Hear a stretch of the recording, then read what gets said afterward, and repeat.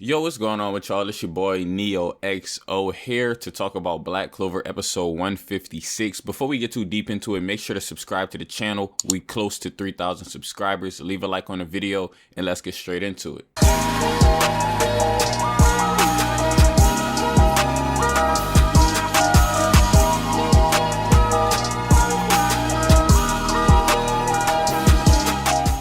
So to start off the episode, we got Asta and Gaja fighting against each other. They're having a little sparring match, and Gaja is definitely a lot stronger than Asta. I see a lot of people saying how strong Asta is, and Asta is definitely very strong. But when it comes to people like Gaja, Gaja is definitely on a different level. In case some of you didn't know, Gaja actually faced off against the Devils, and he was not victorious in that battle, but he did manage to survive. So that's a very good feat right there, to survive against the devil. And not only that, he's also a spirit guardian and the strongest of all of the spirit guardians. For the majority of this episode, it was definitely focused more on Captain Yami and Asta. Captain Yami actually went over to Mereoleona and he actually trained with her. I know a lot of people were hype about this, and definitely I was hype about this too. Like Mereoleona versus Yami, two strong characters.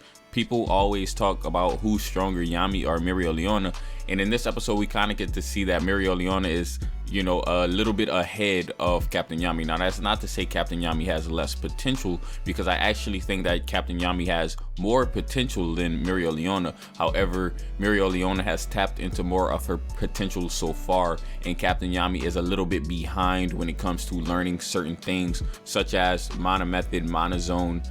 Captain Yami in this episode, he actually gained a grip on Mana Zone. Like, we see him use Mana Zone against Zagreed, however he did not master it at that point, and now he's thinking to himself that he needs full mastery over this technique in order to defeat the upcoming Devils. Because if he had full mastery over it against Zagreed, the fight may have went a little bit different. He may have been able to help a little bit more, although he did help a lot with that one slash that he actually did do.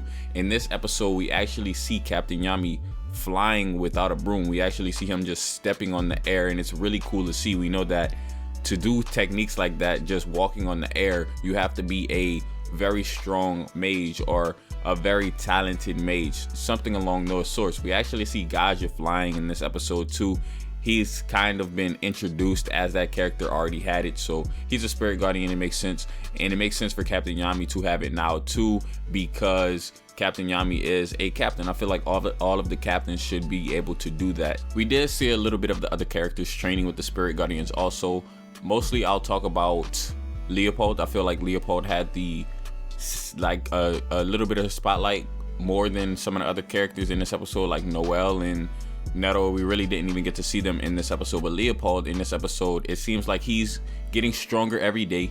And I think it's important for me to mention that some days have passed since they first began training, and what the Spirit Guardians have said is all of the Clover Kingdom mages have made considerable amounts of progress. So they're actually all progressing, they're actually all doing very well, they're all talented mages, as we know, and they all have their own problems though. For example, Leopold seems to be doubting his own strength, so the Fire Spirit Guardian goes ahead and he kind of gives him guidance, and he's saying to focus on his strengths, and the Spirit Guardian noted that he had the strength to endure. So we're gonna see that, and we're gonna see how that plays out in the future. I think that's a very good lesson for the Spirit Guardian to enforce into Leopold. So yeah, for the most part, this episode was a lot of action. Basically, Yami was facing off against Mereoleona and Asta was facing off against Gaja. For the majority of this episode, some of the things that I want to point out is I find it very satisfying that they finally touched on. Remember whenever Noel and Asta were in the dungeon with Mars, and then Asta used a technique from the Demon Dweller Sword, and then they never touched on it again? In this episode, they finally touched on it again, and it's very satisfying. It's been a long time. We've been waiting for some sort of follow-up, and basically the follow-up is Gaja asks Asta if his sword has any powers, and then Asta remembers about that time in the dungeon, and that causes Asta to basically use the power of the Demon Dweller Sword, and this power is an anti-magic slash. Gaja basically says that if Asta can hit him with that, then he will declare Asta the winner, and Asta does manage to hit Gaja with an anti-magic slash, and as we can see, that anti-magic slash did a considerable amount of damage to Gaja considering he had not been touched. That one anti-magic slash did a number on him. Like, he definitely felt that. So that goes to show how strong this anti-magic can be. So after that, the training's pretty much over for the day, and the rest of the spirit guardians all go to meet up with the queen to give her basically a progress report, and they all say some very good things about the people that they are training. Everything is going according to plan, and they're very happy with the progress that the Clover Kingdom mages are making.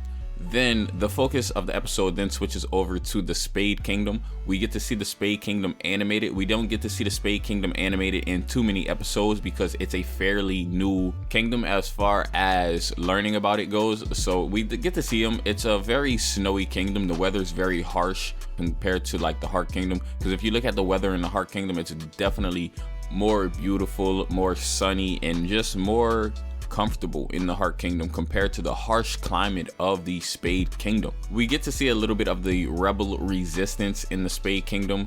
They basically, this is going to be important, so that's why I have to talk about this. They basically were fighting to escape the Spade Kingdom and to give information to the Clover Kingdom.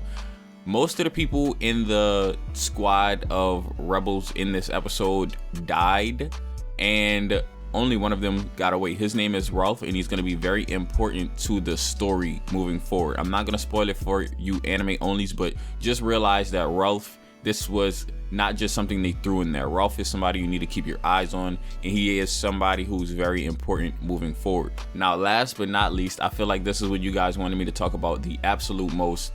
We actually get to see the reveal of Dante in this episode. So this is probably the first time we get to see how his character design is going to look going forward in the anime, and I like it. I feel like they did a good job of staying true to the manga. You know, sometimes they have those memes where it's like manga, anime adaptation, Netflix adaptation, and it's just horrible, but this looks really good. Like, I'm satisfied with this design of Dante. I feel like Tabata designed him really good, and they basically followed Tabata's design one for one. They didn't really change anything. Now, the other thing about Dante that we know in this episode is his voice. We get to hear his voice a little bit, and I'm satisfied with the voice. I think it fits him very well. Let me know what you guys think, of course, but I think that his voice fits him very well. It would have been kind of awkward, you know, when you're reading a manga and you expect someone to sound one way and then they sound completely different, or they just sound like no, like that's not it. But this character right here, Dante, they did a good job in finding a good voice actor for him, and I believe that everyone's going to be satisfied, or maybe happy, or maybe overjoyed of the voice. You know, he has a pretty cool voice for his character, not gonna lie. We're just gonna have to see what Zenon and Vanika's voice and character design are gonna look like, but I think that they're also gonna be very good if they did good with Dante. But hopefully you guys enjoyed the video, and if you did, go ahead and leave it a thumbs up, comment, and subscribe. As always, it's been your boy NeohXO, and I'm out.